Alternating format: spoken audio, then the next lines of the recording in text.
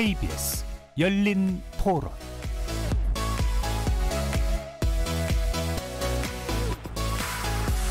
안녕하십니까. KBS 열린 토론 정준희입니다.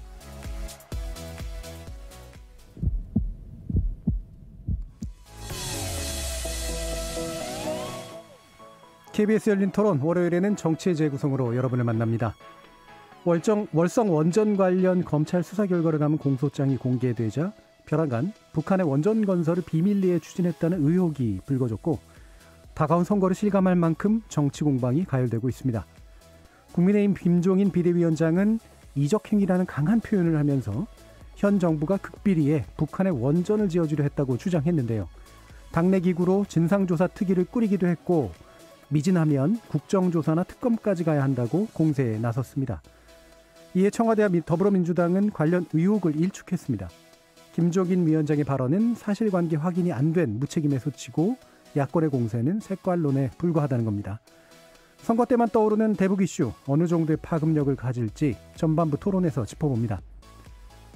4.7 서울, 부산 보궐선거를 60여일 앞두고 각 당의 움직임이 바빠지기 시작했습니다.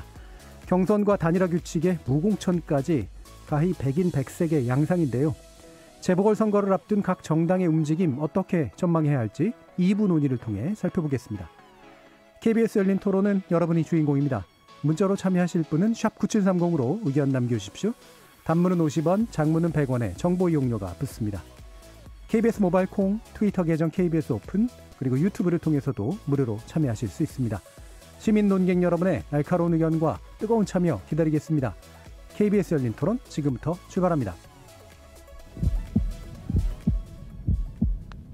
살아있습니다. 토론이 살아있습니다. 살아있는 토론, KBS 열린 토론. 토론은 라디오가 진짜입니다. 진짜 토론, KBS 열린 토론.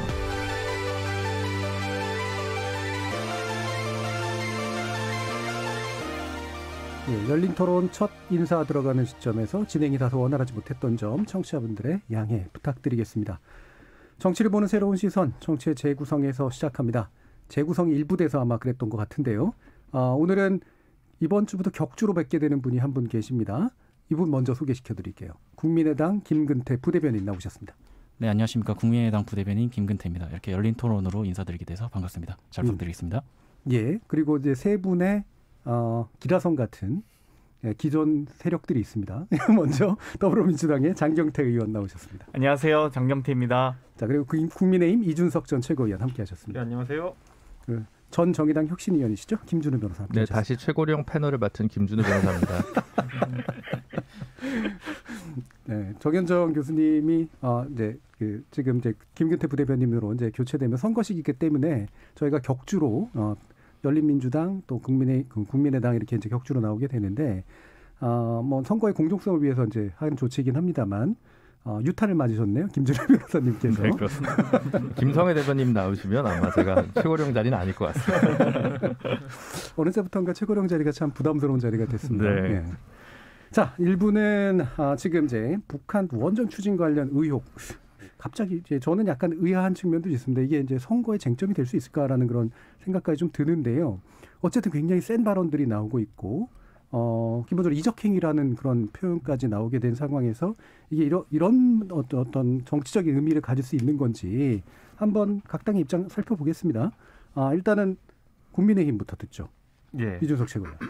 어쨌든 저희는 이 내용에 대해 가지고 이번에 언론 보도를 통해서 알게 된 거죠. 이제 어쨌든 공소장에 이런 내용이 나와 있고 해당 언론이 검찰이 아닌 다른 경로로 공소장을 입수해 가지고 파일 목록을 봤더니만은 그 안에 이제 뭐 뽀요이스라는 정체불명의 핀란드어 북쪽을 뜻한다고 하는데 그렇게 약간 은닉을 위한 어떤 폴더명과 더불어 가지고 안에 있는 내용이 북원추가 이제 북한 원전 추진이라는 이런 식으로 지금 많이 알려져 있는데 그런 계획이 담겨 있었고 결국엔 그것을 이제 삭제했던 정황이 있기 때문에 이거 뭔가 이상하다라고 이제 저희가 보는 것이고 저는 그 과정 중에서 사실 국민의힘도 퍼즐을 완벽히 맞춰서 움직인 건 아닙니다. 예. 하지만 충분히 우리가 의혹이라고 제기할 만큼의 어쨌든 사실들이 열거돼 있고 특히 뭐 많은 분들이 이시셨겠지만은 이번 정부의 대북 관계에서 핵심적인 역할을 하고 계신 서훈정 국정원장, 지금 실장이죠. 이분 같은 경우에는 북한의 애초에 그 캐도가 원전 지으러 갔을 때, 그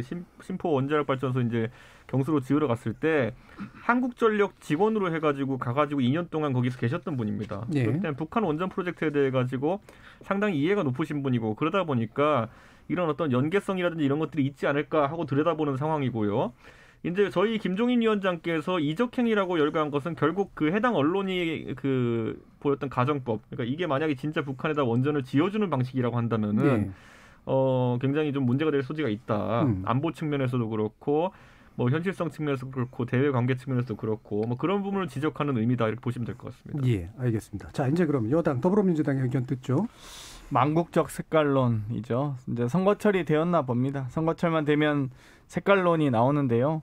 그동안 부정이나 뭐 산자부 공무원의 부정이나 비리, 횡령 이런 게 없으니까 이제 국민의힘 김종인 비대위원장이 충격적 이적행위라는 표현을 쓰셨어요. 광주에서 사죄한 마음이 고작 그것이었는지 참 궁금하고요. 만약 김 위원장님 논리대로 만약 이적행위, 충격적 이적행위라면 북한 원전 건설 구상을 처음으로 주장했던 2010년 이명박 전 대통령 시절 천영우 외교통상부 2차관, 그리고 이명박 박근혜 정부를 비롯한 북한 원전 건설을 주장했던 모든 언론사가 이적행위였고요. 또 이 530개 파일을 삭제했다고 공소장에 검찰이 적시했는데 220여 개는 박근혜 정부 당시에 원전국 문서였습니다. 박근혜 정부 당시 통일 대박론을 주장하셨죠.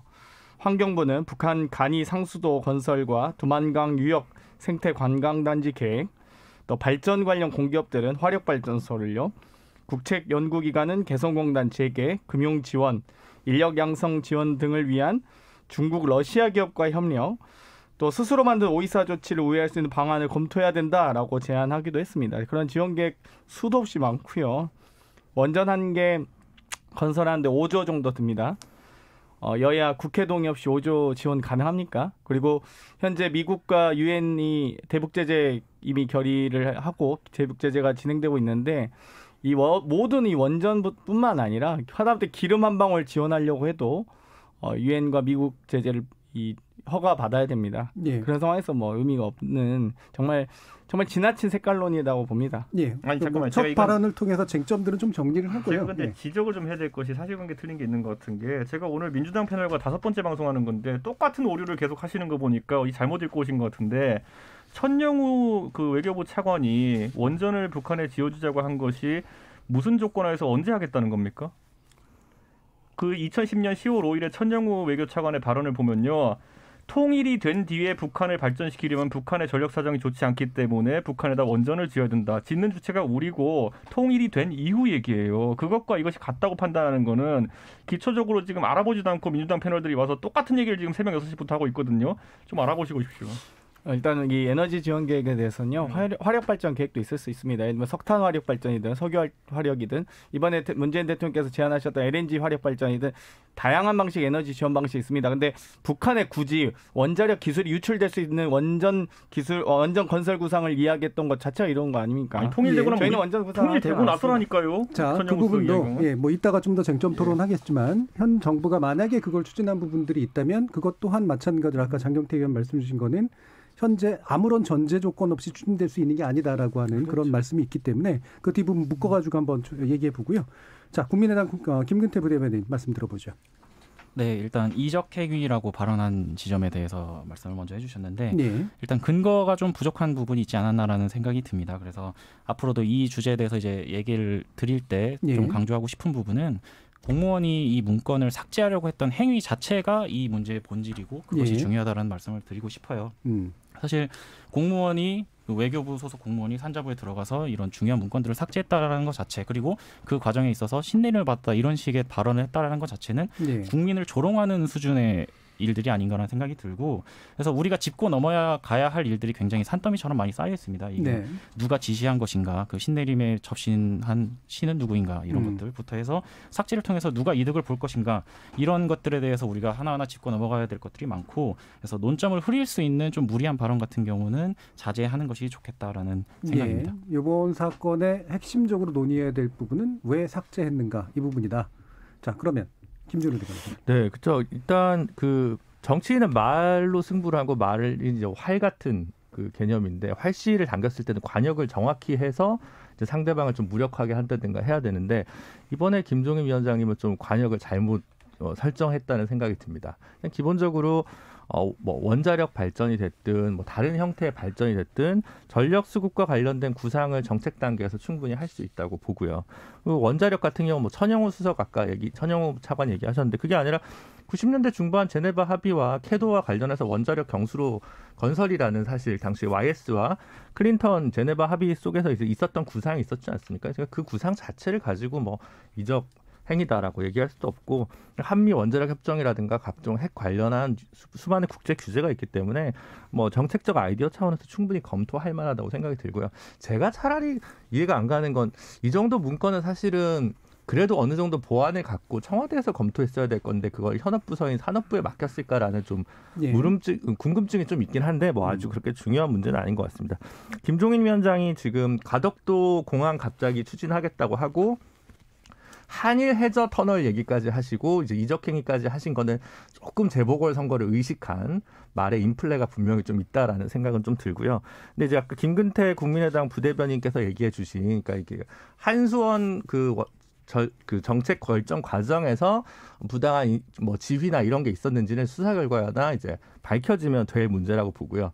다만 여기서 전 좀 재밌는 게 그런 것 같은데, 그러니까 저는 한 번도 이제 문재인 정부가 탈핵 정책을 썼다고 생각한 적이 별로 없거든요. 네. 실제로 이제 노후와 안전성이 문제가 된 이제 월성 1호기 문제가 좀 이제 그거 폐쇄와 관련된 현재 쟁점이 있지만 사실 나머지 같은 경우는 공론화 절차를 거쳐서 일단 현재 짓고 있는 것은 계속 짓는 걸로 좀 마무리를 하기로 되어 있지 않습니까? 그러니까 사실은 현실적인 기술적인 문제, 에너지 정책의 문제 여러 가지 쟁점이 있습니다만 탈핵을 기조로 한다면 차제라도 북한 정부에 대한 어떤 전력 수급 공급과 관련된 전망과 관련해서 핵 발전소는 좀 정책 옵션에서 좀 제외하는 게 오히려 좀 더 바람직하지 않나 그런 좀 건강한 토론이 이루어졌으면 하는 바람입니다. 알겠습니다. 지금 오윤재님은 김종인 비대위원장을 헐뜯고 깎아내릴 마음은 없는데 이번 발언은 참 시대착오적이라고 보여집니다. 사실 규명은 수사를 통해 이루어질 것임에도 불구하고 섣부른 단정은 야당 스스로를 깎아내리는 결과를 초래할 겁니다라는 의견 주셨고요.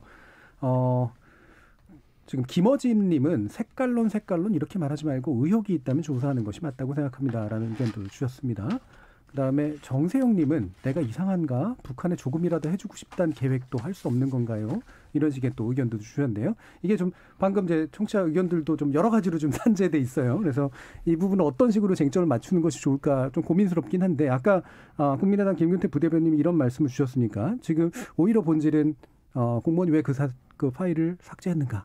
그리고 왜 거기에 관련된 외교부나 산자부와의 관계라는 게 도대체 뭐냐. 아까 김준우 변호사님 얘기하셨던 청와대에 있었어야 될 문건이 왜 여기 또 와 있는가. 뭐 이런 식의 정도의 문제를 일단 한번 짚어보죠. 이 부분에 대해서는 이준석 최고위원 어떻게 생각하시나요? 저는 그리고 이 대응 과정에서 워낙 여러 다른 스피커들이 얘기하다 보니까 정부의 대응도 혼란을 자초했다 이런 생각이 드는 것이 우선 전 윤준병 의원님이 무슨 근거로 그렇게 했는지 잘 몰랐었는데 본인이 아무 근거 없었던 낭설이라고 이제 시인했기 때문에 그 혼란, 그러니까 박근혜 정부에서 이걸 추진했다라고 하는 것은 정리가 된 것 같고요.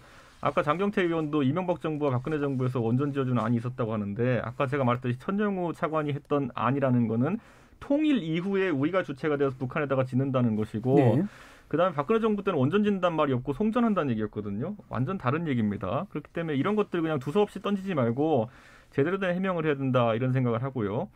저는 지금 시점에서 그 정부에서 또 해명했던 게 뭐냐면은 그 파일이 이제 왜 삭제했냐고 했더니만은 아니다 파일이 다른 데 살아있다 이런 얘기를 해요. 근데 이것도 해명이 엇갈리는 게 처음에는 파일이 삭제됐다 이렇게 하면서 개인 차원에서 프로젝트를 하던 거라 그랬거든요. 그럼 개인 차원에서 프로젝트로 했던 그 파일이 왜 또 다른 데 남아있는 것이냐. 결국은 여럿이 공유한 형태의 파일이 아니었냐라는 또 질문을 받을 수 있는 것이거든요. 그러니까 저는 이런 두서없는 해명을 하기보다 정확히 누가 작성했고 누구에게 보고하기 위한 문건이었고 언제 사용되느냐 이런 것들을 뭐 전 국민에게 공개하기 어려우면 야당에게 정보를 열어서라든지 공유할 수 있는 방법들이 있거든요. 예. 그렇게 하지 않으면은 지금 계속 아까 제가 열거한 수많은 스피커들이 자기 딴에는 변명한답시고 의혹을 키우고 있는 겁니다. 그렇기 때문에 저는 지금 상황에서 무슨 저는 야당이 의혹을 제기한다고 해가지고 이 정도의 어쨌든 국익에 관련된 의혹이면은 성실히 답변할 생각을 해야 되는 것이지 무슨 그 위원장에게 무슨 선거용이니 아니면 고소하겠다는 이런 얘기가 앞서는 것 자체가 더 이상합니다. 예. 예를 들어 예전에 야당 시절에 민주당이 맨날 하던 게 뭐였습니까? 민주당 최순실 재산이 300조라고 쫓아다닌다고 하고부터 시작해가지고 세월호가 무슨 그 인신공양이었니 이런 거 다 하고 다녔잖아요. 그런데 그때 언제 고소하겠다 했습니까? 당시 여당에서 그냥 야당이 그러려니 하고 있었던 것인데 이번에는 극단적인 반응을 하니까 상당히 좀 우려스러운 부분이 있습니다. 예. 자, 그러면 제가 보기에는 이건 제 의견은 아닙니다만 일단 보도 그다음에 그거를 이제 그 야당이 받은 거 거기에 이제 여당이나 청와대가 이제 반응을 한 거 요 상태가 이제 얽힌 거잖아요.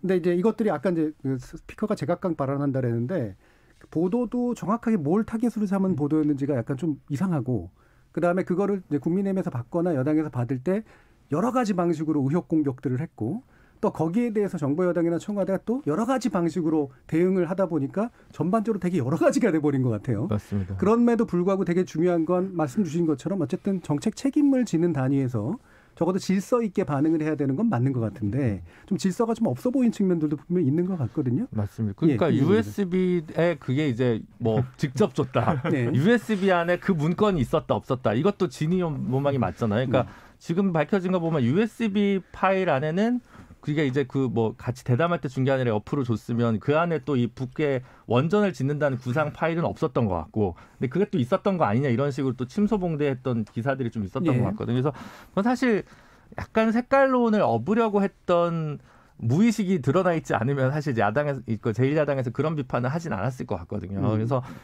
지금 제가 볼 때는 정부가 만약에 절차적인 문제나 이런 것들로 뭔가 책임을 지거나 문제가 될 만한 사항이 있다면 한수원 이사회와 관련된 문제였다면 저는 충분히 납득할 수 있는데 북한과의 정책 문제에 관련해서는 사실은 그리고 또 어느 정도 보면 그 압수수색이 예상돼 있는 상황이라면 물론 이제 이상한 방식으로 왜 파일을 삭제했는지는 이게 문제가 될 수는 있겠습니다만 이게 과연 이제 외교 안보적인 정책적 문제라고 하면 오히려 이 파일에 대해서는 삭제해도 무방한 거 아니냐라는 생각에 고민이 들긴 하거든요. 왜냐하면 이게 가지고 있는 보안의 수준이나 이런 것들이 문제가 될 수 있기 때문에 그래서 그런 부분을 보면서 약간 서로 이렇게 허수아비 공격이 좀 왔다 갔다 하고 있는 부분이 좀 씁쓸한 것 같고 그래서 이 부분은 조금 방향을 틀어서 다른 논점으로 논의되는 게 좀 건강한 게 아닌가 싶습니다. 지금 2569님이 이제 문서 내용이 문제가 아니고 정부 문서를 결제 없이 없애는 건 범죄 행위입니다라는 그런 의견도 주셨는데 아까 이제 그 김균태 부대변인께서 얘기해 주신 내용하고 약간 민맥상통하는 것 같은데요. 그러면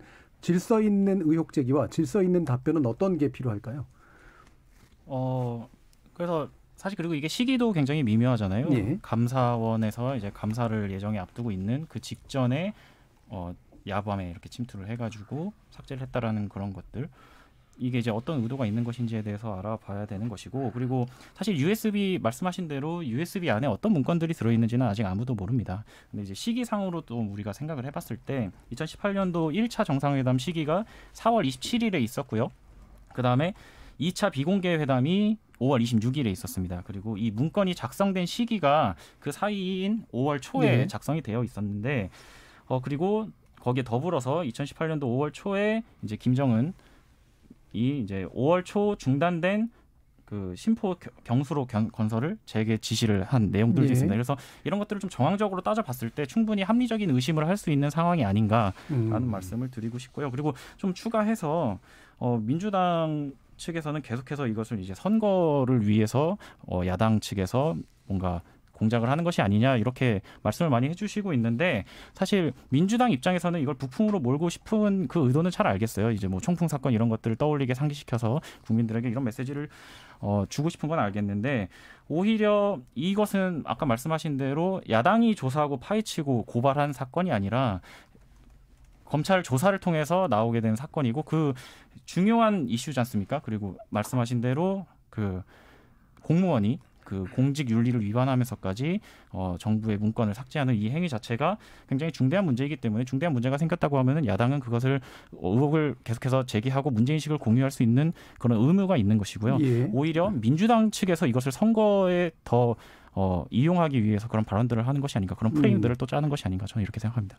아까는 이제 그 공무원 문서 삭제 문제를 핵심으로 보셨는데 거기에다가 또 USB에 어떤 방식의 의혹, USB에 어떤 내용이 담겼으며 그게 어떤 식의 무슨 의도로 작성됐느냐, 북한하고 교감한 거 아니냐라는 의견까지 좀 첨부해 주셨어요. 또 약간 늘어났는데 자, 일단 민주당의 책임이다 이렇게 얘기를 해줬으니까 들어보죠. 일단 이 문서가 마치 엄청난 보고서처럼 말씀하신데요. 본문 4쪽짜리입니다. 4장짜리 보고서고요.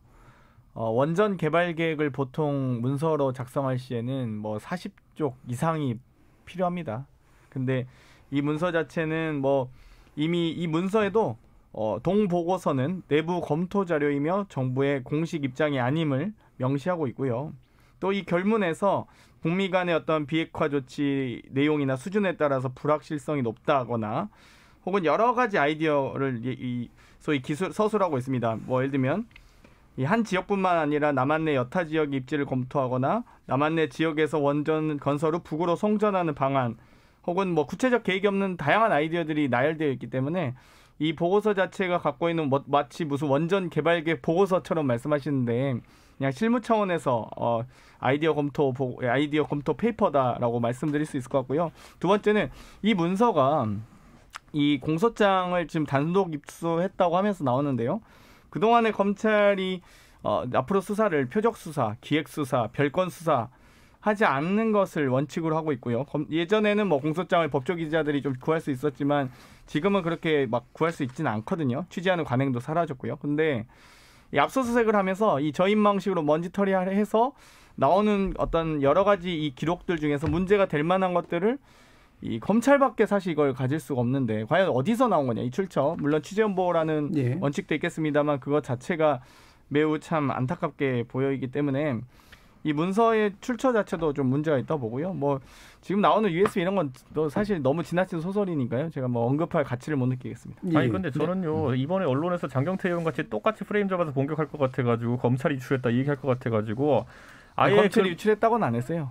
검찰밖에 모를 문서일 가능성이 높다고 했죠. 그러니까 지금 그 얘기하신 건데 어쨌든 보도하면서 딱 거기를 못 박았어요. 검찰이 준 건 아님이라고 했어요. 그러니까 그 보도를 보셨으면 지금 이런 상투적인 의혹 제기를 하실 수 없는 거고. 그 부분은 좀 약간 저도 의아한 게 이거는 언론 문제이기 때문에 검찰이 준 건 아니다라고 한 것도 약간 이례적이고요. 물론 이런 이제 프레임 때문에 이제 염두에 두고 한 거겠죠. 근데 검찰이 직접 준 게 아닌 합법적 방법으로 취득했다라는 표현을 썼는데 어떤 방법이 있습니까? 보통은 이제 변호인한테 구합니다. 피고 측. 그러니까 피고인 쪽에서 이제 아직은 피의자 단계죠. 기소가 안 들어갔으니 공소장 들었으니까 피고인 단계겠네요. 그 단계에서 이제 공소장이 나오면 요 문제를 뭔가 언론에 띄우면 본인의 죄가 좀 사해진다거나 아니면 이제 공개적으로 드러남으로써 변론에 유리할 수 있을 거라는 판단을 변호인이나 피고인 당사자가 하는 경우에 가끔 일종의 언론 플레이가 이루어지는 경우가 있고요. 이번 사안의 경우는 그게 누가 되는 거예요, 그러면? 지금 공무원들 수사받는 공무원들 뭐 같은 산자부나 경우에 뭐 이런 그래서 본인들 같은 경우 이제 그런 모종의 판단을 했을 개연성이 상당히 높습니다. 요즘은 그런 방식이 아니면 즉 제3자를 통해서 뭐랄까 어떤 일정한 알리바이랄까요? 그런 게 없으면 그 언론 서초동 출입 기자분들도 좀처럼 이거를 지상에 이렇게 공개하기가 좀 어렵게 되어 있기 때문에 그렇게 보시는 게 사실 좀 정확할 것 같습니다. 저는 그래서 이제 남북 정상회담 같은 경우도 이번 정부 초반부에 굉장히 전격적으로 이루어진 부분들이 많았기 때문에 많은 국민들 입장에서는 뭐 저희가 지금까지 남북 정상회담 하면서 항상 그 다음 단계를 위해 가지고 뭔가 북한에 제안하고 그것에 대해서 약속하고 이런 단계들이 있지 않았습니까? 김대중 대통령 때도 그렇고 노무현 대통령 때도 그렇고. 그러다 보니까 이번에는 과연 어떤 그 경협이라든지 이런 어떤 차기 과제를 합의를 하고 온 것인가에 대해서 궁금증이 많은데 아직까지도 그게 명확하지가 않아요. 왜냐하면 진행하겠다고 했던 것들이 잘 진행이 안 되니까요. 그러다 보니까 자 그러면 그 회담이 있은 뒤에 한 1, 2년 뒤에 무슨 일이 있었냐면은 2년 뒤죠. 갑자기 그 남북 연락사무소를 폭파해버립니다. 뭐 이런저런 핑계를 대가지고. 그러니까 과연 북한 입장에서는 본인들이 같이 추진하기로 했던 어떤 일이 어그러졌기에 그 모든 부담을 감수하고 저렇게 건물까지 폭파해버리나 이런 것도 사실 야당의 의문인데 아직까지는 뭐 정확한 답이 나오지 않은 상태거든요. 그러다 보니까 이런 대북 관계 전반에 대해 가지고 과연 북한과 어떤 일이 있는 건가 이번 사태를 통해 가지고 상당히 궁금해지는 건 맞습니다. 네, 지금 박인숙님은 이준석 의원의 지적처럼 정부 여당은 제대로 된 성의 있는 답변을 내놓아야 합니다. 색깔론, 선거용이라는 말로 덮어 넘어갈 사건은 아니라고 봅니다라는 의견 주셨고요. 또 이제 약간 반대로 인쌀91님은 김종인 위원장이 부품 발언은 부산행을 위해 부산 민심 사전 포송용이 아닐까요? 전 선거용 부품 공작의 하나라고 생각합니다라는 의견도 주셨는데요. 뭐 이 부분들이 다 의견이니까요. 자, 그러면 선거라고 하는 시점이기 때문에 이게 불거지고 있는 건 맞는데 이게 묘하게 꼬인 게 있어요. 보통은 이제 선거 시기면 선거 개입 논란을 이제 방지하기 위해서 보통 검찰은 자제하잖아요. 근데 또 검찰 수사를 보고 그러면 기다려야 되는지 믿어야 되는지 문제도 있고 또 국정조사하자, 특검까지 하자 이런 식의까지 얘기가 나옵니다. 어떤 절차나 단계들이 합리적이라고 보시는지 이 부분 김근태 부대변인 한번 들어볼게요. 네, 사실 많이들 나오는 논리가 이제 선거 때는 뭐 자제해야 된다 이런 얘기가 나오는데 사실 작년에 총선이 있었고 그리고 이번에 보궐선거 있고 내년에는 이제 지방선거, 대선도 있습니다. 근데 그런 식으로 선거가 계속 이어지는 상황에서 뭐 조사들을 그럼 언제 해야 되느냐 뭐 이런 얘기들을 할 수가 있는 것이고요.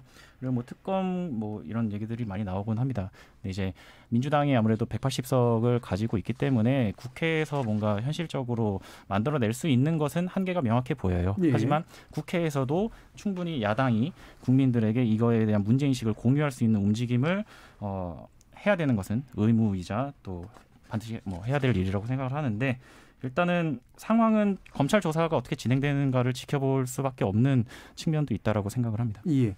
이준석 씨. 저는 이렇게 봐야 될 것 같아요. 대북 사업에 대해 가지고 그러면은 지금 보수 진영 전반이 그럼 반대하느냐 그러면은 그건 결코 아닙니다. 예. 예를 들어 예전에 그 철도 연결 사업 관련해 가지고 얘기가 나왔을 때도 그때 물론 이제 바른미래당 시절이었지만은 저는 입장을 밝혔던 것이 그때 이제 그 비준을 하라고 이제 나왔었잖아요. 네. 비준을 하라는데 비준에는 원래 예산 추계와 더 장기적인 계획이 들어가야지만 이제 조약을 비준할 수 있는 것인데 그 선언에 대한 비준을 이제 하기 위해서 민주당이 뭐 철도 관련 예산 갖고 온 거 보니까 2천억인가 그렇더라고요.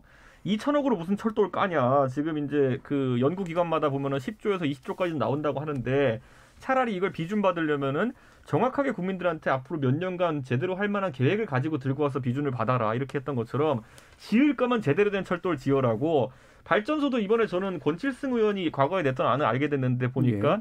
그 DMZ 지역이나 이런 데 보면은 LNG 발전소를 500메가와트급으로 짓자는 아이디어가 있었는데 저는 그런 아이디어라 그러면 오히려 여야가 같이 검토할 수가 있어요. 왜냐하면 아까 제가 박근혜 정부 시절에도 언급했듯이 발전소를 북한 지역에 짓는 것과 송전을 통해 가지고 예를 들어 개성공단이나 북측 지역의 공단이나 네. 아니면 주민들이 공급하는 문제는 다른 문제거든요. 그러니까 그 정도의 타협점을 가지고 대북 사업을 하면서 논의했으면 괜찮을 텐데 원전을 짓는다는 것이 물론 그 안 중에 하나였겠지만 갑자기 튀어나오니까 이게 너무 많은 걸 건너뛰거든요. 국제사회의 공조도 건너뛰는 것이고 아까 비용 문제도 얘기했지만은 야당과의 협의가 되지 않은 것이고 네. 장기적으로 어떤 전략적 목표를 가지고 있는 것인지도 이해가 안 가고 아무리 경솔을 하지만은 재처리를 통해 가지고 핵 연료가 될 수 있는 상황 속에서 북한의 어떤 그런 핵에 대한 그런 약속을 통해서 이게 가능한 것인지 이런 것들이 없는 상태에서 튀어나오니까 당황스러운 것인데 저는 그래서 지금이라도 민주당이 이 계획에 대해 가지고 명확하게 설명하고 예산을 얼마나 들 것이며 그 안에서 예를 들어서 하려고 했는데 우리 지금 상황이 안 돼서 못 하고 있다. 그러니까 야당도 거기에서 우려를 좀 덜 해라 이러면 되는데 이런 거 다 없애고 그냥 김종인이 북풍몰이를 한다, 고소하겠다, 뭐 검토 중이다 이런 것만 나오니까 야, 저 사람들 무슨 정치를 이렇게 하냐 이런 생각이 드는 거죠.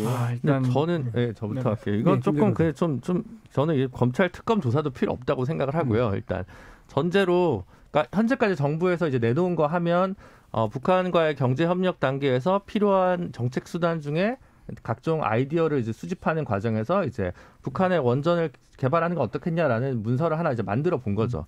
근데 이게 90년대 중반부터 있었던 구상 중에 하나이기 때문에 천하에 새로운 게 아니에요. 일단 기본적으로. 근데 그게 이제 일단 현재까지 정부 입장에서 보면 USB를 통해서 북한에다가 제한된 건 아니라고 하는 것이고요. 저는 제한됐다 한들 북한에서도 웃을 거라고 생각하거든요. 이게 왜냐하면 수없이 많은 국제 규제가 명백한 상황에서 이건 거의 불가능한 거거든요. 그래서 그렇죠. 수없이 있는 백화제방족의 아이디어 중에 하나다. 그래서 그 문서 자체가 산자부 공무원 그 컴퓨터에 있었다 한들 이 자체가 정쟁화될 성격의 것이 아니라는 거죠. 만약 이게 진짜로 진지하게 그 문재인 정부에서 대북 경제 협력 사업의 일환으로 이제 이걸 추진한다고 한다면 미국과의 사전적 교감이 있어야 될 것이고 그 다음에 또 이제 야당과의 분명히 만남이 있어야 되고 일의 순서가 있죠. 근데 거기까지 갈 만한 건이 아니기 때문에 이제 이준석 최고위원 얘기했던 그런 정도의 갈 얘기거리가 아니라고 생각하고요. 그냥 이런 파일도 있네라고 해서 약간 저는 이게 3일짜리 현재 상태까지 드러난 거 봐서는 3일짜리 가십을 좀 넘어서긴 좀 어렵다고 보여지는 게 솔직한 생각입니다. 예, 3일 이상 가면 어떡하죠? 그건 이제 안타까운 일이죠. 국력의 낭비라고 봅니다. 네, 자꾸 논점이 흐려지는 측면이 있어 보이는데 이 문건의 중요성에 대해서 얘기를 하고 있는 것이 아니라 이 행위의 중대성에 대해서 얘기를 하고 있는 거거든요. 그러니까 그 부분은 아까 얘기하셨고요. 그다음에 네. 그 부분뿐만 아니라 덧붙인 부분이 있으셨잖아요. 예를 들면은 그 USB를 왜 그때 작성했으며 왜 그때 이런 내용을 했냐. 제가 그래서 내용을 좀 덧붙이셨다라고 표현한 게 그런 겁니다. 그래서 방금 그 얘기는 그쪽에 좀 더 가까운 얘기 같고요. 일단 장경태 의원 말씀 듣고 그 아이디어 문서를 만약 공문서임에도 불구하고 삭제했다면 그 담당 공무원이 징계받으면 다 되는 사안이지 이적행위까지 들어갈 표현은 아닌 것 같고요. 우리가 2018년 당시에 모든 언론들이 다 알겠지만 그 당시 우리가 이 어떤 이 에너지 지원 사업에 대한 핵심 과제는 LNG 화력 발전이었습니다. 그러니까 그것과 관련돼서 함께 논의가 됐던 게 러시아 철도와 가스 송유관이었고요. 만약 러시아에서 가스 송유관이 남북 경협이 잘 돼서 이어지면 우리 대한민국의 도시가스비도 3분의 1로 줄여드는 등의 엄청난 경제적 효과들을 누릴 수 있었다라고 예측을 했었습니다. 많은 분들이. 갑자기 나온 얘기가 아니고 충분히 준비가 되었고 이미 공론화된 사안입니다. 만약 우리 대한민국 정부가 유엔 제재와 미국 제재를 뛰어넘어서 원전을 만약 제안했다? 북한 지도부도 웃었습니다. 웃었어. 그러니까 너무나 지나치게 소설이고 말도 안 되는 이야기고요.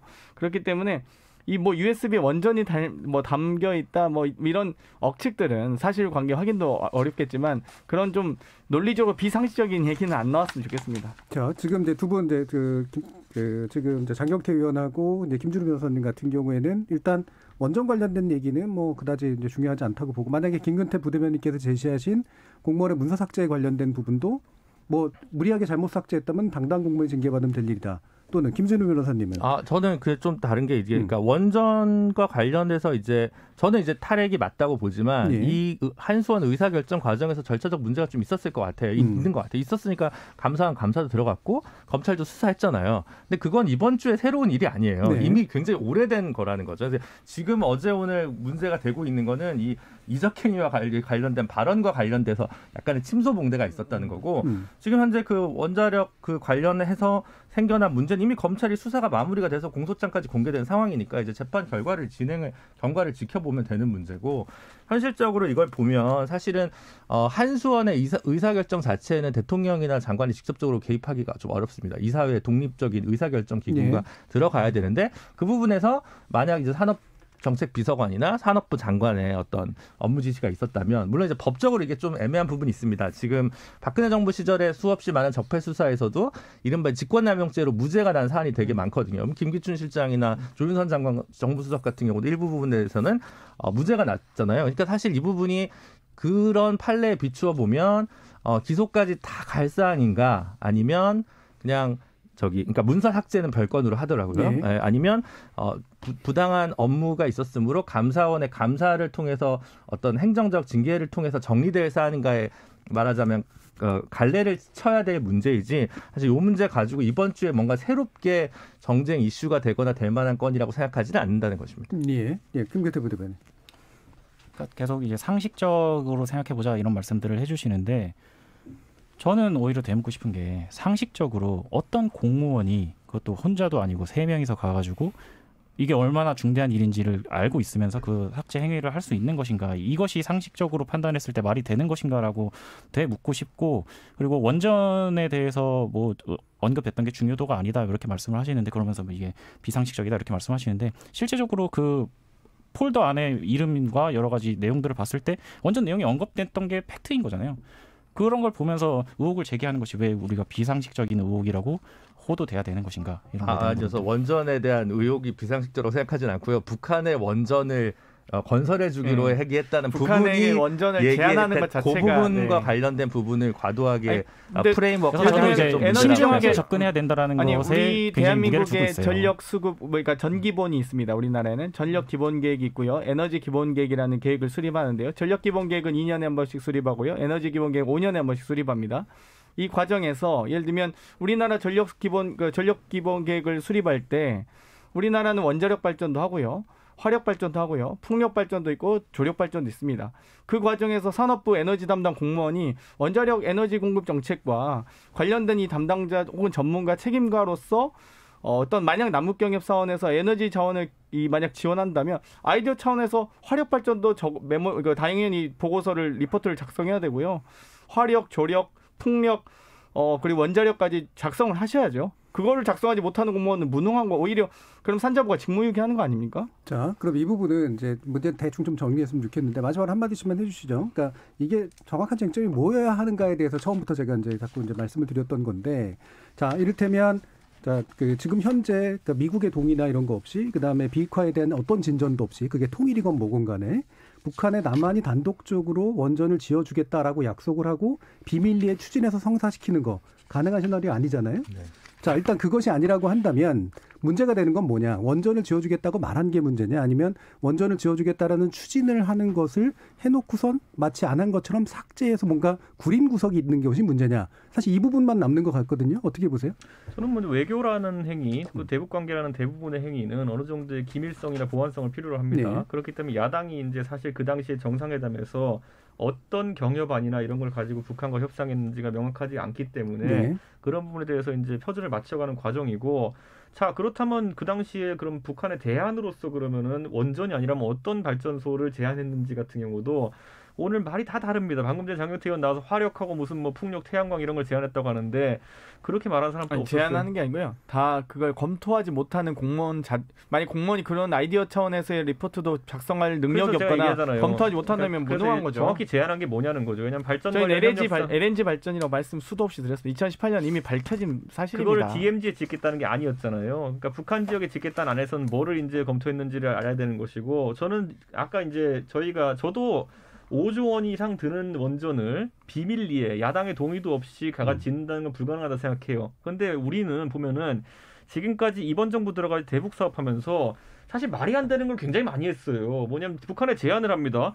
가만히 있는데 북한은 받기 싫다는데 의약품 지원하겠다고 난리를 쳐요. 통일부에서. 안 받죠, 결국에는.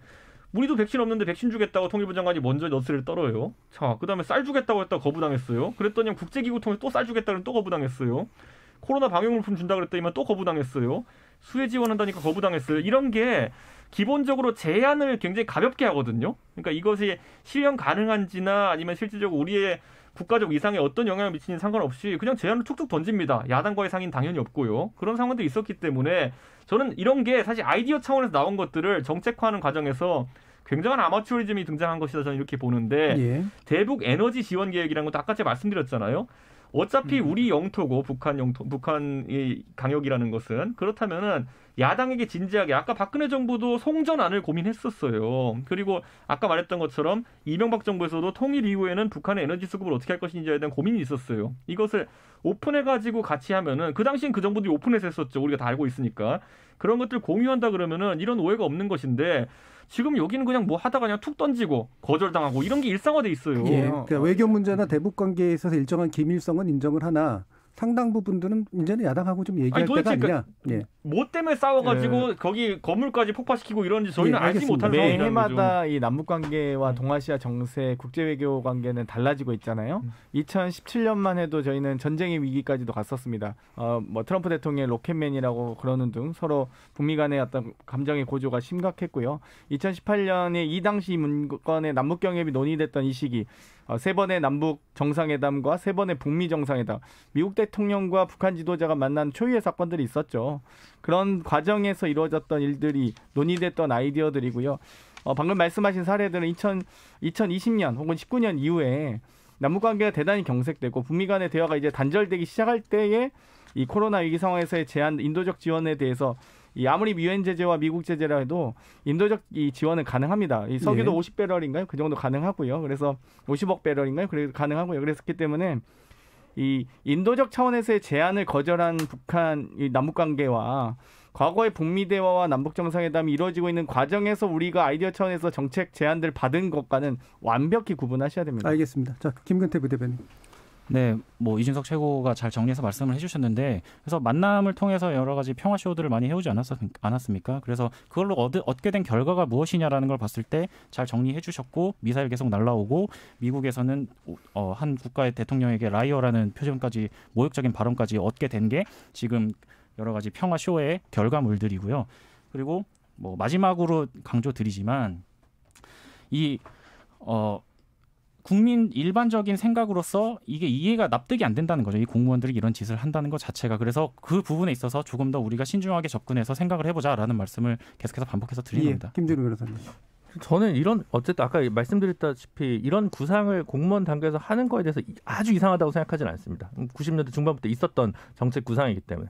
개인적인 소신으로는 한반도 비핵화라는 게 핵무기 없는 한반도뿐만 아니라 핵 발전소 없는 한반도여야 하기 때문에 가급적 그런 정책 옵션은 없었으면 좋겠다는 취지에서 말하자면 좀 더 생태적 비판이랄까요? 그런 점에서 산업부 공무원이나 산업부나 문재인 정부를 비판할 수 있다고 보지만 뭐 그렇지 않은 분들, 또 원전이 필요하다고 생각하시는 분들이 그런 맥락에서 비판하는 건 좀 안 맞지 않나라는 생각이 좀 들고요. 남북 관계는 정부가 노력한 만큼의 성과를 얻지 못한 건 사실입니다. 그 평가는 아마 정권 말에 준엄하게 받겠지만 개인적으로 봤을 때 한반도 뭐 혹은 그 정세 속에서 대한민국 대통령이 할 수 있는 영향력과 한계가 분명합니다. 다른 사람이 한다고 해서 꼭 반드시 특정한 성과를 낼 수 없는 구조적 정세적 제약이 있기 때문에 그 부분까지 같이 염두에 두고 그 부분을 평가하는 것이 온당하지 않을까 싶습니다. 알겠습니다. 자, 일부 정리하려고 하는데요. 두 분 의견 소개시켜 드릴게요. 4459님은 제 생각은 문건의 존재에 대해 말이 여러 번 바뀐 점, 그리고 윤석열 사태에서도 하지 않은 정부의 극단적인 반응 때문에 오히려 뭔가 있구나 하는 생각이 듭니다라는 의견 주셨고요. 되게 번호가 비슷한데 의견은 꽤 다릅니다. 4959님은 더 이상 냉전 이데올로기를 가지고 북풍을 조성하려는 국민의힘이 안타깝습니다. 코로나19 위기 상황에서 과연 이 문제가 중요한 사항인지 묻고 싶습니다. 아마도 양쪽의 일반적인 상식적인 의견들을 대표한 것이 아닌가 싶네요. 자, 그럼 1부는 이 정도로 좀 마무리하고요. 2부에서 또 재보궐선거 관련된 논의 다뤄보도록 하죠. 지금 여러분은 KBS 열린 토론과 함께하고 계십니다. 토론이 세상을 바꿀 수는 없습니다. 하지만 토론 없이 바꿀 수 있는 세상은 어디에도 없습니다.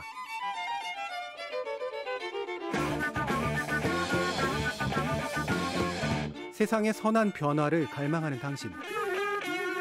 정답이 아니라 질문의 힘을 믿는 당신. 우리 KBS 열린 토론에서 만납시다.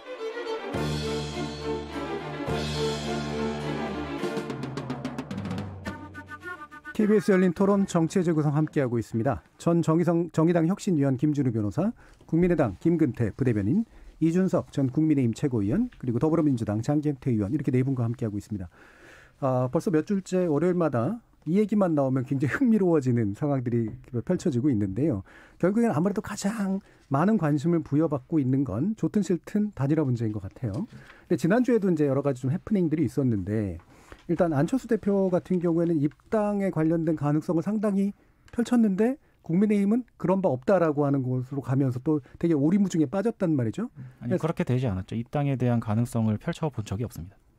그 언론에 나온 건 전혀 잘못된 거였네? 그럼요. 전혀 사실 무근이고 그런 거 대응 기사 다 나왔는데 그런 것들 확인해 보셔야죠. 저는 근데 약간 이제 인식이 다른 것이, 지난주에 이제 연달아서 이제 안철수 대표 입당 가능성에 대한 보도가 줄을 이었습니다. 네. 그 다음에 이제 국민의당 측 인사가 사실무근이다 그러면서 언론에 삭제 요청을 하겠다 이랬어요. 네. 근데 해당 언론사는 삭제를 안 했어요. 네, 그리고 한동안 기사가 계속 나왔었는데, 그 말은 그 언론사도 그냥 그 유시민 씨가 그러는 것을 망상해서 쓴 게 아니라 자기도 취재원을 확실한 사람을 들고 이제 기사를 쓴 겁니다. 그렇기 때문에 이거는 국민의당 쪽에서도 뭐 법적 대응을 할 수도 없는 상황이고 분명히 취재원이 존재하는 상황일 테니까요. 그런 상황 속에서 기사가 지속되었던 건데, 제가 솔직히 말하면 이제 안자랄이라는 단어를 이제 썼었는데, 안자랄이라는 사람들이 꼭 이제 안철수 대표와 헤어진 사람들이 아닙니다. 안철수 대표와 같이 있는 분들 중에서도 안철수 대표를 잘 아는 분들이 있습니다. 그런 사람들 입장에서 저는 그런 어떤 취재원 중에 가장 유력한 사람들이 안철수 대표와 지금 행보를 같이 하고 있는 사람이면서 지금까지 안철수 대표가 정치적 여정을 걸을 때 안철수 대표의 다소 이제 실기한 선택들로 인해 가지고 같이 고생했던 분들이라 저는 생각하거든요. 예. 그렇기 때문에 안철수 대표가 사실 지난 두 번의 큰 선거에서 대선 때도 일부 여론조사에서는 상당히 높은 지지율을 1위까지 한 적도 있었고요. 그리고 서울시장 선거 때도 초기에 기세가 좋았는데 단일화 국면에서 상당히 많은 약점을 노출하면서 그 다음에 선거에서 두 선거 다 3등을 했거든요.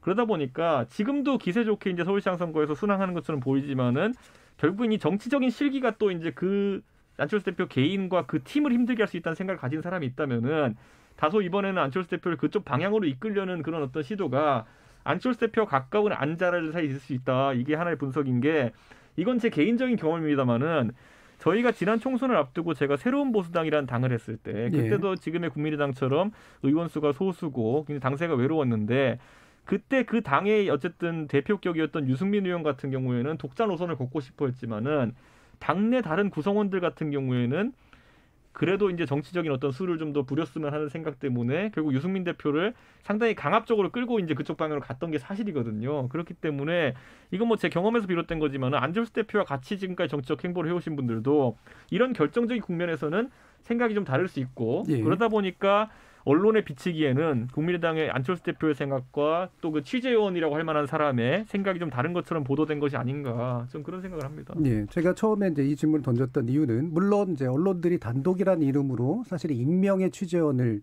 따옴표 해가지고 확정하듯이 보도하는 것들이 뒤집힌 경우들은 워낙 많기 때문에 사실 그걸 사실의 확정이라고 보는 건 당연히 무리가 있는 거죠. 근데 이제 몇 번의 비슷한 건들이 있었어요. 다시 말하면 안철수 대표가 예를 들면 김종인 위원장을 만났다. 한쪽은 얘기했는데 한쪽은 안 만났다 그랬다가 결국에는 굉장히 기분 나빠지고 불쾌해지는 이런 상황들이 여러 번 펼쳐지니까 도대체 이제 가장 정상에 있는 양쪽의 어떤 단일화의 당사자라고 볼 수 있는 이분들의 이야기들이 계속해서 시그널들이 엇갈리면서 도대체 뭐가 맞는 거야라는 그런 되게 좀 피곤한 상태에 와 있는 건 맞는 것 같거든요. 그래서 어느 정도는 이제 좀 결을 좀 잡아줘야 될 때가 아닌가 싶은데 현재 이제 이를테면 금태섭 전 의원 같은 경우에 제안 1대1 경선 제안 같은 것들이 나왔고 국민의힘 공관위 같은 경우에 나름대로 긍정적인 뜻을 밝힌 거 아니에요? 그러면 국민의 당 쪽은 어떤 입장으로 이와 같은 문제를 풀어가야 된다고 생각하십니까? 일단 안철수 대표가 얘기했듯이 이제 서울시장에 임하는 국민의 당의 자세는 이 정권 교체에 대한 절실함 그리고 그 정권 교체의 교두보가 돼야 된다라는 그런 확실함 이것으로 이 선거를 접근을 하고 있고 이 부분에 있어서 금태섭 후보가 됐던 아니면 다른 그 누구의 후보가 됐던 동의하는 부분이 있다면 언제든지 만나서 얘기를 나눌 수 있다라고 일단 입장을 밝혔습니다. 예. 그래서 그런 식의 논의는 계속해서 활발하게 진행되는 부분은 말씀하신 것처럼 단일화에 대한 논쟁이 이어지면 이어질수록 국민분들께서도 피로감을 느끼기 때문에 이런 여러 가지 제안들이 오가고 그걸 좀 더 구체화하는 과정을 좀 속도를 있게 만들어가는 측면에 있어서 좋다고 보고요. 다만 이제 실제적인 경선이 어떻게 진행될 것인가 뭐 1대1로 할 것인가 아니면 그 외에 금태섭 후보 외에 다른 후보들도 함께 경선을 치를 것인가 이런 것들은 실무적인 부분에서 논의가 돼야 되는 부분이기 때문에요. 일단은 입장을 그 정도로 정리를 하겠습니다. 알겠습니다. 자, 다른 이 두 당 계속해서 하는 것에 대해서 나머지 정당들의 의견을 듣기가 좀 모호하다라는 얘기 벌써 몇 번 했습니다만 혹시 할 말씀 있으신가요? 일단 김종인 대표께서 마음이 대단히 급하신 것 같아요. 확실히. 그 이적행위 발언도 그렇고요. 또 한일 해저터널 얘기도 나오지 않았습니까? 뭐 거의 은하철도 999 수준으로 이제 다양한 공약들이 나오실 것 같은데 좀 너무 급하게 가고 있다는 점과 한편으로는 금태섭 전 의원님을 좀 많이 좋아하시는구나 이런 생각을 좀 볼 수 있는 것 같아요. 저희가 금태섭 전 의원님이 민주당 소속이긴 하셨지만 사실 김종인 비대위원장이 민주당 대표 비대위원장 시절에 공천을 받으신 분이거든요. 그런데 이번에도 3자 단일화 경선을 제안하셨어요. 금태섭, 안철수, 국민의힘은 뭐 제일 야당으로서 당연히 그만한 자격이 전 충분하다고 당연히 보고 안철수 대표 후보 또한 현재 지지율 1위가 나오는 뭐 당연히 단일화의 뭐 대상인데 금태섭 전 의원님은 왜 여기 껴있나 약간 이런 생각도 사실 들었고요. 그리고 안철수 대표님 포함해서 나경원 전 의원님, 오세훈 전 시장님들이 뭐 정권 교체, 뭐 보수 야권의 승리를 얘기하시지만 과연 그만한 간절함과 절박함이 있는가는 좀 물어보고 싶어요. 왜냐하면 세 분 다 예를 들면 안철수 전 대표님, 그러니까 후보 대표님이 대선 불출마 선언 하시면 제가 국민의힘이 좀 더 전향적으로 뭐 입당이나 이런 뭐 정보를 흘리거나 이런 걸 가지고 언론 플레이하지 않고 진정성 있게 국민의힘이 이 소위 서울시장 후보를 포기하고 안철수 후보를 밀어주지 않을까 예를 들면 이런 제안도 좀 드리고 싶은데 절대 그 얘기 안 하시더라고요. 대선을 포기하고 서울시장에 집중하겠다라는 말씀은 출마 선언할 때 말씀을 하셨는데요. 예, 뭐 하시긴 했습니다. 예. 네. 그러면 장경태 의원은 됐다 이렇게 생각하시는 건가요? 자, 김준우 변호사님. 저는 뭐 애청자분들이 계시다면 아시겠지만 모든 단일화는 이제 결선 투표제로 제도 개선으로 수렴되고 딴 데 가서도 그 얘기 계속 하고 네, 계시더라고요. 그럼요. 밀고 저는 계시더라고요. 수구일관 네. 지금 방송가의 소수 의견으로 이 의견을 계속 얘기하고 있습니다. 그래서 예. 다른 뭐 얘기가 있고 근데 먼 훗날 역사가 예를 들어 안철수라는 정치인을 기록하면 정치 데뷔부터 끝까지 단일화와 관련된 담론으로 계속 점철됐을 거라는 예. 생각이 들거든요. 박원순, 문재인, 뭐 김문수 뭐 계속 그런 식의 그래서 그 단일화 안철수 선생님께서 좀 이 결선 투표제에 대해서 전향적으로 예전 대선 관련해서는 결선 투표제 입장을 내셨거든요. 그러니까 단체장 관련해서도 그런 의견을 좀 내면 어떨까라는 다시 한번 고언을 드립니다. 자, 그러면 다시 이제 두 분께 시간을 조금씩만 더 드리죠. 일단 궁금하신 부분들이 많을 테니까요. 그러면 일단은 이제 지금 나오안이라고 하는 걸 만든 것에 대해서 사실 또 다른 후보들이 굉장히 불편해하잖아요. 언론들이 만든 구도라고. 금태섭 전 의원이나 뭐 김근식 교수나 이런 분들도 그렇고요. 일단 국민의힘에서는 어쨌든 먼저 경선을 해가지고 후보를 만드는 게 지금 일단 선차적인 거잖아요. 나오안이 집중받는 건 어쩔 수 없는 거고요. 네. 불만 있으면 지지를 올려야죠. 그거는 뭐 그분들에게 참 죄송한 말씀이지만은 사실 서울시장이 된다는 것은 지금까지 수십 년 동안 정치를 해온 그분들의 역량과 능력이 네. 다 인정받아서 그 지지를 형성한 거기 때문에 내가 더 좋은 사람이다 이렇게 주장하시려면 지지를 올릴 수밖에 없는 것이고요. 우선 아까 장경태 의원이 이제 한일 해저터널 구상에 대해 가지고 무슨 은하철도 999냐 이런 얘기를 하셨는데 그쪽 당 대표는요 목포에서 제주도 해저터널 신봉자예요. 이낙연 대표가 그거 되게 좋아하시거든요. 찾아보시고 그건 또 어떤 은하철도인지 한번 확인해 보시기 바라고요. 저는 기본적으로 지금 선거판에 있어가지고 금태섭 의원의 보폭이 이제 좀 넓어지는 모습을 보이고 있는데 예. 저는 사실 금태섭 의원이 지금 뭐 야권으로 분류되기 시작한 것이 기껏해야 이제 두세 달이 되지 않습니다. 그렇기 때문에 저희 입장에서 봤을 땐 금태섭 의원이 야권 단일화에 대해서 이런저런 아이디어를 내는 것이 다소 이제 좀 경우에 맞지 않는 것처럼 보일 수도 있습니다. 그리고 이제 또 너무 급차선 변경이 아닌가. 솔직히 안철수 대표도 과거에 민주당과 정치를 같이 했지만은 안 대표는 대선 출마 과정에서 그리고 바른미래당을 하면서 서서히 한 차선씩 변경해 오신 그 이력이 있는 것이거든요. 그런데 금태섭 의원님은 지금까지 그 이념적 성향은 그 보수 야권과 별로 다른 점이 없었는데 그쪽에서 탄압을 좀 받았다는 그런 어떤 모양새 때문에 지금 야권으로 분류되기를 원하시는 모양새인 것 같은데 저는 그렇기 때문에 금태섭 의원이 원샷으로 또 국민의힘과 단일화하는 것은 완전 선거용 이합집산이 아니냐 이렇게 오해받을 수 있기 때문에 저는 안철수 대표라든지 아니면 다른 어떤 이제 그 야권의 주자들, 그 민주당에 속하지 않은 주자들과의 단일화를 통해 가지고 우선 그런 간극을 좀 좁히고 국민의힘 후보가의 뭐 최종 단일화를 본인이 추구할 수 있다면은 그게 모양새가 좀 나을 건 맞는 것 같습니다. 예. 그래서 뭐 그 부분은 다만 이제 안철수 대표 입장에서 긍정적으로 검토를 할 수도 있지만은 저는 금태섭 의원이 말씀하신 것 중에 일주일에 한 번씩 토론하자 이게 저는 사실 좀 마음에 걸리는 게 안철수 대표의 약점이 토론이라는 거는 사실 국민들에게 많이 각인이 되어 있는 상황 속에서 일주일에 한 번씩 토론하자 이런 것들이 혹시 좀 조소적인 의미가 있다면 오히려 그런 단일화에 좀 지장이 되지 않을까. 못 받을 안을 막 자꾸 던진다는 거죠. 네. 그러니까 저는 그런 것보다는 실제적으로 좀 제가 봤을 때는 안 대표 쪽에도 좀 낮춘 자세로 이제 제안을 한다면은 아마 성사되실 거라 좀 봅니다. 그렇기 때문에 그 부분이 좀 오늘 제안에서 안타까웠습니다. 예.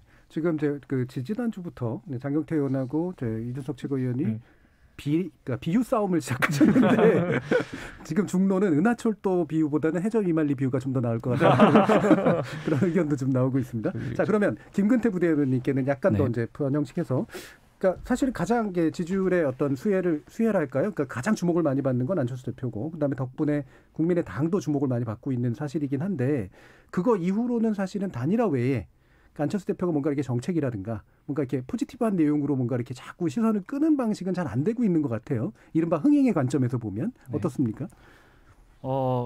일단은 저희도 단일화 논쟁을 재빨리 마무리를 짓고 굉장히 가지고 있는 여러 비전들이 많이 있거든요. 정책적으로. 그리고 실제적으로 기사들도 나가고 있는 정책들이 하나하나씩 소개가 되고 있고 그런 정책적인 비전을 서로 발전적인 경쟁을 통해서 공유하는 것이 하루빨리 이루어져야 된다라는 생각을 저희는 가지고 있고 근데 그 과정에 있어서 초반에 이제 얘기를 나눴지만 여러 가지 악의적인 기사들, 입당에 대한 기사들이나 이런 것들이 전부 다 국민의힘 발에서 나온 기사들이고 실제적으로는 국민의힘 내부에서 자기네들끼리 논의하는 내용을 기사화시키기도 하고 그것이 나타나기도 했고 또 한 번은 굉장히 국민의당의 사실 확인조차 하지 않은 사실 무근의 얘기를 사실인 것처럼 얘기해서 나온 기사들도 있고 근데 이런 것들이 안철수 대표라는 야권에 있어서 굉장히 지지율이 1위인 굉장히 높은 그 자산으로서 존재하는 안철수 대표를 깎아내리고자 하는 그런 악의적인 의도가 있다라고 보고 그런 것들은 우리가 최대한 지양하면서 시민들에게 우리가 야권이 집권을 했을 때 어떻게 이 서울시를 발전적으로 바꿔 나갈 수 있을 것인가 이것에 하루빨리 집중할 수 있게끔 되면 좋겠습니다. 알겠습니다. 자, 그럼 이 얘기만 더 길어질 것 같아요. 일단 여기서 끊을게요. 왜냐하면 다시 또 티키타카가 들어갈 것 같아가지고. 예. 자, 뭐 국민의힘에 대해서 약간 이제 그 서운함을 표현하시긴 했습니다만 아까 이준석 최고 같은 경우에는 금태섭 의원이 그렇게 얘기하는 게 국민의당을 서운하게 할 수 있다라는 말을 주셨는데 이게 화해가 좀 덜 됐네요. 자, 이제 정의당 얘기로 한번 가보죠. 김준우 변호사님 잘 얘기하고 싶어하지 않는 얼굴이긴 합니다만. 일단 이제 무공천 아직까지는 이제 잘 안 나왔습니다만 이제 무공천 쪽으로 이제 기울어지는 듯한 느낌인데 약간 사실 의아한 건 이거예요. 그러니까 처음에 이제 상당히 기세 있게 우리가 오히려 이제 시민들의 지지를 받아야 된다라고 하는 이야기를 하셨고 이번만큼 아마 적어도 민주당과 단일화 논의는 아마도 원천 봉쇄된 듯한 느낌이었는데 이번에 무공천으로 기울어지는 게 정말 약간 책임에 대한 어떤 책임감 때문인지 아니면 이거는 뭐 제가 이제 악의적으로 얘기될 수 있을 것 같아서 조심스럽긴 합니다만 실제로 당이 이걸 할 수 있는 상황이 아니어서 그런 건지 사실 이제 그런 궁금증이 든단 말이에요. 어떤가요? 일단 이번 사태와 관련해서 어떤 대응 방식이 적절하냐라는 것과 관련해서 뭐 초반에 이제 사건 공개 과정이나 사과 과정 그리고 이제 당대표 제명 과정까지는 비교적 신속하게 이제 이루어졌습니다만 그 외의 문제들과 관련해서 당내에서의 민주주의가 좀 확보돼야 된다는 그 의견이 좀 만만치 않은 것 같더라고요. 그래서 정의당 같은 경우는 전국위원회라는 회의 체계가 굉장히 중요한데 지난주에 한 차례 온라인으로 열린 것 같습니다. 근데 아직 수기 끝에 이제 비대위 결성만 얘기하고 나머지 부분에서는 한 번 더 논의를 갖기로 한 상황이고요. 그래서 한편으로는 관심 있게 비판적이든 아니든 관심 있게 지켜보시는 시민들 입장에서는 조금 더 신속하게 의견이 나와야 되는 거 아니냐라는 입장이 있지만 당내에서는 또 당내 여러 의견들을 좀 들어가면서 판단해야 되는 거 아니냐라는 생각들이 있어서 지금 무공천을 그러니까 불출마나 무공천을 이제 주장하시는 분들도 계시고 아니면 이제 선거를 대응해야 된다는 분들도 계시고 이렇게 의견이 만만치 않게 좀 갈리고 있는 것으로 저는 파악하고 있습니다. 저는 그런데 사실 정의당이 이런 사실 이번에 좀 악재가 겹치긴 했지만은 공당의 입장에서 저는 예전에 박원순 시장께서 안타깝게 돌아가셨을 때도 그것 때문에 후보를 내지 않는 건 말이 안 된다라고 제가 오히려 역으로 얘기했었거든요. 저는 공당이 왜 개인의 그런 어떤 일탈이나 아니면 이런 문제 때문에 후보 내는 문제가 영향받아야 되는지 잘 모르겠고 우리나라도 보면 대통령이 탄핵당해도 새로운 대통령을 뽑아서 잘 굴러가야 되는 게 국가의 체계인 것처럼 저는 이게 뭐 선거 유불리를 따지자는 것이 아니라 앞으로 좀 정치권에서 이런 문제를 개인과 당의 어쨌든 거치를 좀 분리시켰으면 좋겠다. 어떻게 하나의 개인이 당의 도덕을 다 책임지고 가느냐. 이거는 당 자체도 상당히 위험이고 당은 당원들이 주인이 돼가지고 굴러가는 당인데 거기 있어가지고 당 대표를 거의 신적인 존재를 모셔야 되는 상황을 만드는 것이 좀 의아합니다. 저는. 근데 저는 좀 다르게 생각을 하는 게 이 사건의 주체들이 일반 당원들이 아니잖아요. 사실 민주당 같은 경우도 실제적으로 시장직을 수행하면서 이 보궐선거를 다시 한번 치르게끔 하는 그런 원인을 제공하기도 했고 정의당 같은 경우도 사실 이번 선거와는 연관이 있지는 않지만 당 대표라는 무거운 직을 수행하고 있는 인물에게서 나온 일이기 때문에 책임감을 보이는 자세가 굉장히 중요하고 그리고 정당이 선거를 하루만 치르고 말 거 아니지 않습니까? 일단 쇄신하는 모습을 통해서 다음 선거를 기약하고 우리가 이렇게 변화했다라는 그런 하나의 계기로 삼을 수 있는 측면도 있다라고 생각을 해요. 그리고 정의당 입장에서는 민주당 이중대라는 오명을 계속해서 듣고 있지 않습니까? 그래서 이런 부분에 있어서 확실하게 책임지는 모습을 보여준다면 그런 오명을 싣고 민주당과의 어떤 차별성을 또 보여줄 수 있는 하나의 계기가 되지 않을까 이렇게도 생각을 하고 있습니다. 제가 볼 때는 이제 국민의힘의 이중대다라고 국민의당을 욕할 수도 있는 거기 때문에 그 별로 이렇게 좋은 지적은 아니신 것 같고요. 제가 근데 여기서 한 가지만 더 추가하자면요. 저는 어떤 이런 최근에 이제 민주당도 그렇고 또 정의당도 그렇고 뭐 저희 당에서도 일부 그런 일이 있었지만 어떤 이런 성범죄나 성추행이나 이런 부분이 불거졌을 때 정당의 역할이라는 것은 그것을 재발 방지를 위해 가지고 각 당이 시스템화된 것도 놓고 경쟁하는 게 답인 것이지. 예. 저는 뭐 저희가 한번 사고 쳤으니까 저희가 한번 쉬었다 가겠습니다. 이런 거는 제가 봤을 때 재발 방지에 도움도 되지 않고 굉장히 잘못된 사고 해결법이다. 저는 예. 이렇게 보기 때문에 저는 우리나라에서 정당에 대해서 이런 식으로 어쨌든 후보를 안 내는 방식으로 책임을 지운다든지 아니면 우리나라에 보면 뭐 창업주 일가에 대해서 CEO 리스크를 묻는 경우도 있고 이런 것들은 사실 그 대중이 징계하고 싶은 대상과 다르게 실제적으로 징계를 받는 대상이 다른 겁니다. 지금 정의당이나 국민의힘이나 민주당이나 공당이고 공당에서 이 당을 위해 가지고 헌신하고 그리고 정책도 개발하고 했던 당원들 입장에서는 아니 뭐 해당 당대표든지 해당 광역자치단체장이든지 그런 사람인지 알고 뽑았습니까? 그건 예. 전혀 예측할 수 없는 리스크인데 그것 때문에 당이 기능을 하지 못한다는 거는 앞으로 저희가 좀 하나의 룰로서 합의를 해야 예. 되는 게 아닌가 싶습니다. 자, 이 부분이 사실 굉장히 중요한 정당 정치에 되게 중요한 본질에 대한 얘기이기 때문에 더 하고 싶긴 합니다만 약간 더 그냥 원래 민주당 얘기도 좀 해야 되고요. 대신 이제 그 국민의당 쪽에 다시 약간 짧게만 질문드리고 싶은 게 부산은 어떻게 되는 겁니까? 부산 어떤 지점이죠? 예. 그러니까 정당이 이제 그 서울시에만 목매는 모습 보이는 건 별로 좋지는 않잖아요. 네, 물론 그렇긴 하지만 이제 집중할 수 있는 부분에 또 집중을 하고 저희가 부산시에 있어서도 국민의당 내부에서 본인이 한번 출마를 해서 목소리를 내보고 싶겠다 하는 분이 계신다면 언제든지 저희가 환영을 하고 또 지원을 하면서 선거를 진정성 있게 임할 생각이 있습니다. 그러니까 60일 남은 상태에서 그렇게 되기란 되게 어려울 것 같고 현재까지로 보면. 근데 너무 부산에 대한 얘기를 안 하니까 이를테면 과거에 이제 안철수 대표 위주로 대통령 선거만 하고 안철수 대표 위주로 서울시장 선거만 하고 지난번에 총선도 역시 거의 비례만 이제 몰입하고 이러는 게 공당 입장에서 어려움이 있는 건 알지만 부산에 대한 어떤 전국적 지방선거를 치르는 입장으로 보이지는 않는다라는 의미 때문에 약간은 이제 아까 이제 공당 얘기를 하셨기 때문에 어떤 입장을 가지고 계신가 궁금해서 여쭤봤다고요. 제가 그런데 지난번에 저랑 안철수 대표랑 같이 선거 나갔을 때 보니까 제가 보궐 안철수 대표 서울시장 나갔을 때 노원구청장 후보가 없어서 어떡하나 걱정했는데 선거 한 5일 남기고 찾아오시더라고요. 아 그래요? 예. 네. 그러니까 뭐 이후로도 충분히 있을 수 있다. 그러니까 저는 후보라는 것은 끝까지 나올 수는 있다 이렇게 보는데 저는 안 대표께서 이제 사실 야권 단일 후보가 되겠다라는 이제 선언적인 표현하셨기 때문에 야권의 전반적인 기대감은 그 최종 종착지가 뭐 입당이든 합당이든지 간에 대선을 앞두고 양 세력이 힘을 합치는 곳까지 가는 것에 있지 않을까. 그렇기 때문에 안 대표께서도 아마 이번 선거에서는 부산에 독자 후보를 낸다든지 이런 것들은 아직 고려하지 않을 것이고 찾지도 않을 것이다. 저는 이렇게 봅니다. 예, 알겠습니다. 자, 그럼 민주당 지금 이제 어쨌든 흥행구도, 경선구도가 나름대로 만들어지긴 했습니다. 근데 어떻게 이제 앞으로 진행되나요? 뭐 일단 정의당 잠깐 말씀드리면 정의당의 정당 가치는 절대 없어지는 것은 아니라고 생각합니다. 네, 좀 힘내셨으면 좋겠고요. 일단 민주당 같은 경우 서울시장 후보는 2파전, 또 부산시장 선거는 3파전이 되었습니다. 그래서 서울시장 선거 같은 경우는 원내대표를 지내신 두 분의 박영선 장관님, 또 전 장관님, 또 우상호 현 의원님 두 분인데요.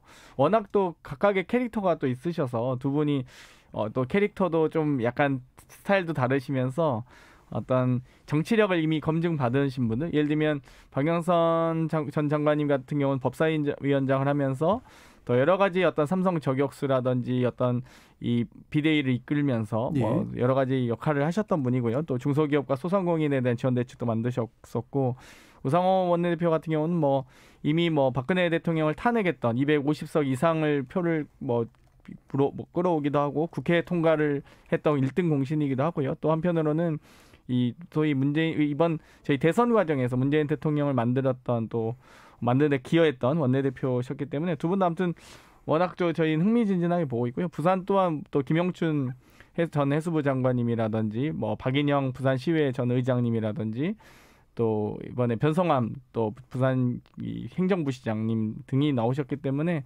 저는 일단 정책과 비전의 대결이 됐으면 좋겠다 이렇게 생각하고 있습니다.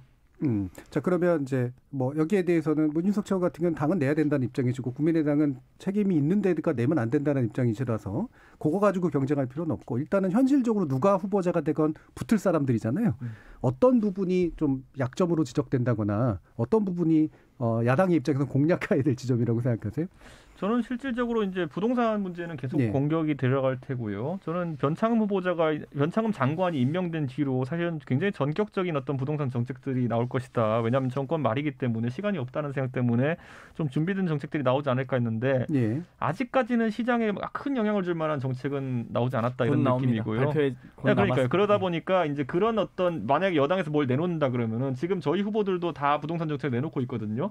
그런 어떤 정책 싸움이 좀 벌어지지 않을까 그런 생각이 좀 들고 있고요. 예. 거기에 더해가지고 이제 사실 문재인 정부에서 최근에 이제 검찰과의 어쨌든 그 권력기관 개혁에 대해 가지고 있었던 여러 누적된 어떤 피로감이라든지 이런 게 있습니다. 사실 이번에 그 상황에서 또 여권이 또 판사 탄핵이라는 새로운 이슈를 들고 나왔거든요. 근데 이것도 제가 봤을 때는 상당히 이제 그 실질적으로 진행되는 과정 속에서 선거에 영향을 미칠 수 있는 요소다. 저는 이렇게 봅니다. 자, 국민의당은 네, 부동산 관련 문제에 대해서 좀 네. 많이 집중을 해야 될 거라고 생각을 하는데요.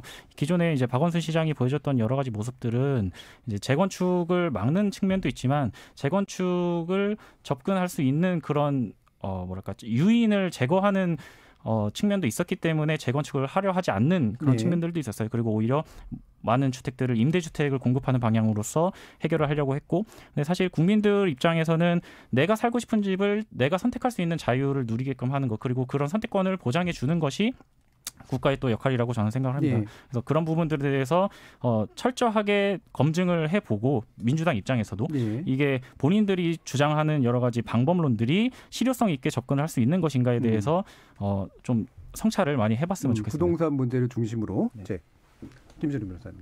제가 드릴 수 있는 말씀은 많지 않을 것 같아요.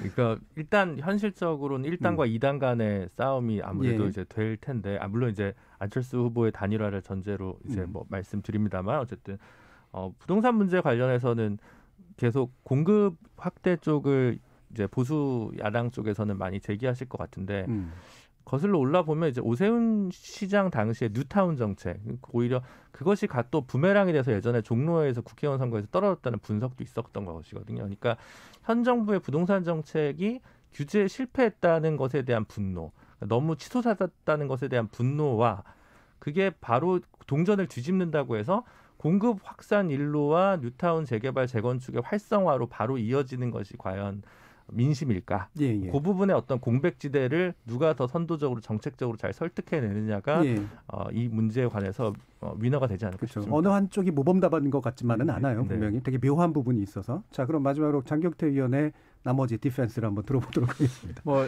일단 우리 김근태 부대변인께 좀 말씀드리고 싶지만 뭐 자유 좋습니다. 근데 토지는 공동체가 모여서 가치를 쌓은 것이고요. 교통은 공동체가 피해를 감수하면서 쌓은 가치입니다. 예를 들면 지금 현재 건축 기술로 100층 건물 못 짓겠습니까? 강남의 모든 건물 100층으로 해서 용적률 완화해주고 종상향해서 지을 수 있습니다. 그렇게 되면 아마 모든 강남 주민들이 다 그 강남을 떠날 겁니다. 왜냐하면 엄청난 교통 대란이 일어날 테니까요. 지금 노원과 강북 전체 서울 강북의 평균 도로 비율 8에서 한 15% 정도 되는데요. 만약 용적률 완화해주고 35층짜리 뭐 다 층고 제한 다 완화해주면 아마 이제 출퇴근 시간이 1시간 반에서 2시간 반 시대가 될 겁니다. 그렇게 해서 도시계획이 이루어지지 않습니다. 그렇기 때문에 모든 걸 다 자유로 맡길 수도 없고요. 엄격하게 우리가 뭐 예를 들면 용적률을 완화하든지 층을 올릴 때는 교통영향 평가를 받습니다. 환경영향 평가도 받고요. 그렇기 때문에 그 건물이 생기는 만큼 주거 단지가 형성되는 만큼 도로도 만들어야 되고 철도도 만들어야 되고 다양한 이 공동체의 어떤 이 이익으로 환원할 수 있는 것들도 같이 고려해 주셨으면 좋겠다. 단순히 그냥 뭐 개인의 내 땅에 내 건물 짓는데 그럼 그 건물은 도로 필요 없으니까 그렇게 말씀드리고 싶고요. 네. 앞으로 부동산 정책은 좀 더 우리가 그동안 함께 모여서 만든 가치 또 함께 피해를 감수하면서 만든 가치라는 걸 좀 이해해 주셨으면 알겠습니다. 좋겠습니다. 자, 이 정도로 마무리를 해야 되겠네요. KBS 열린 토론 정치 재구성 오늘 순서는 이것으로 모두 마무리하겠습니다. 함께해 주신 국민의당 김근태 부대변인, 이준석 전 국민의힘 최고위원, 정의당 혁신위원이었던 김준우 변호사, 그리고 더불어민주당 장경태 의원 네 분 모두 수고하셨습니다. 감사합니다. 감사합니다. 정치권에 떠도는 격언 같은 게 있죠. 좋은 의미로든 나쁜 의미로든 선거는 사람을 미치게 한다. 민주주의의 핵심은 투표에 있고 한나절의 투표가 정당과 후보자뿐만 아니라 몇 년간 국민의 운명을 가르는 결과를 빚기 때문에 누구든 미칠 만큼 몰입하지 않을 수 없습니다. 열정과 광기보다 냉정과 합리성이 언제나 옳고 바람직한 건 아니죠. 좋은 민주주의는 뜨거움을 동력으로 삼아 역사적으로 진전하니까요. 다만 그 열정에 미치더라도 조금은 더 곱게 갔으면 합니다. 좋은 민주주의를 완성하고 다듬는 건 또 결국 열정의 뒤를 정돈하는 합리성에 있으니까요. 지금까지 KBS 열린 토론 정준이었습니다.